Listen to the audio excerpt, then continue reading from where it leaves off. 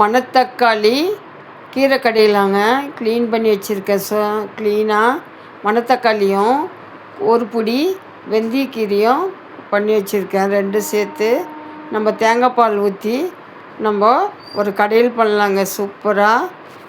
First நம்ம 150 gram வெங்காயம் cut வச்சு, ஒரு பூண்டு, 4 பச்சை மிளகா, 4 வர மிளகாங்க.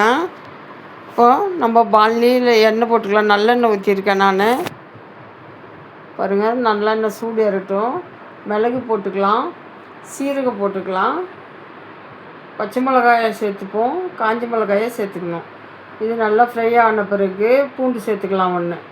பூண்டு சேர்த்ததும் வெங்காயம் சேர்த்துப்போம். வெங்காயம் சேர்த்ததும் நம்ம உப்பு சேர்த்துக்கலாம்.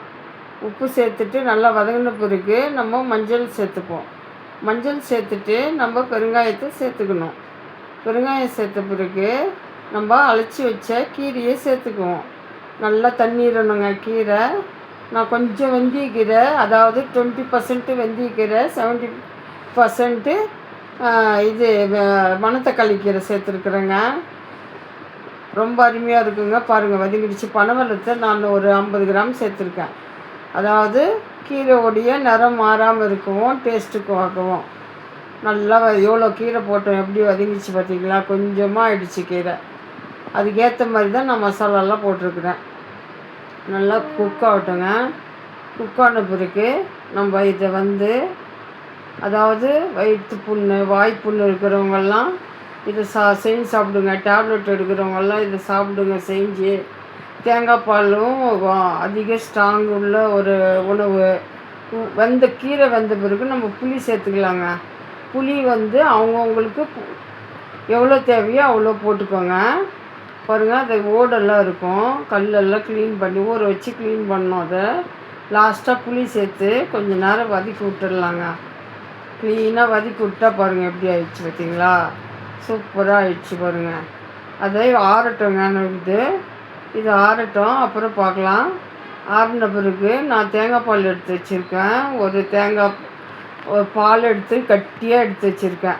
ரொம்ப தண்ணி ஊற்றக்கூடாது, பால் மட்டும் எடுத்துக்கணும். பாருங்கள், நான் மிக்ஸி ஜாரில் போட்டு அந்த தேங்காய் பாலை ஊற்றி நல்லா ஆட்டிக்கிட்டேன். நல்லா ஆட்டிக்கிட்டு போய் நம்ம தாளிச்சுப்போங்க. ரெண்டாவது ஒரு வாட்டி தாளிப்போம்.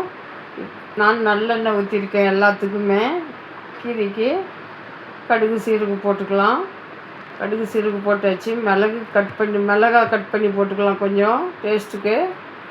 அப்புறம் நம்ம தேங்காய் பால் ஊற்றணும் இல்லையா, அது காரம் பத்தாது, அதனால் மிளகாய் திரும்ப போட்டேன். வெங்காயம் 1 கட் பண்ணிக்கலாங்க. உப்பு கொஞ்சம் சேர்த்து பாருங்கள். நல்லா ப்ரௌனாக வதங்கிடுச்சு. ப்ரௌனாக வதங்கணுங்க. ப்ரௌனாக வதங்கின பிறகு நம்ம கொஞ்சம் பெருங்காயம் சேர்த்துக்கணும். பெருங்காயம் சேர்த்த பிறகு நம்ம குறைன்னு ஆட்டி வச்ச கடையிலுங்க. இது ரொம்ப கடையிறது எங்கிட்ட கல்சட்டி சரியில்லாததுனால நான் மிக்சியில் கடைஞ்சிருக்கேன். பாருங்கள், மீதி இந்த தேங்காய் பாலையும் ஊற்றியாச்சு. அது உப்பு போட்டாச்சுங்க. நல்லா எண்ணெய் பிரிய வதங்கணுங்க. இது எண்ணெய் பிரிய வதங்கினா தான் நல்லா இருக்குங்க. எண்ணெய் அதிகமாக வேணுன்றவங்க அதிகமாக சேர்த்துக்கோங்க. அப்புறம் கொஞ்சம் வெல்லம் வேணும் அதிகமாகன்றவங்க வெல்லம் போட்டுக்கோங்க. காரம் அதிகமாக வேணுன்றவங்க காரம் போட்டுக்கோங்க. ஆனால் செய்முறை இந்த மாதிரி செஞ்சால் ரொம்ப நல்லதுங்க உடம்புக்கு. தேங்காய் பால் ரொம்ப நல்லது உடம்புக்கு.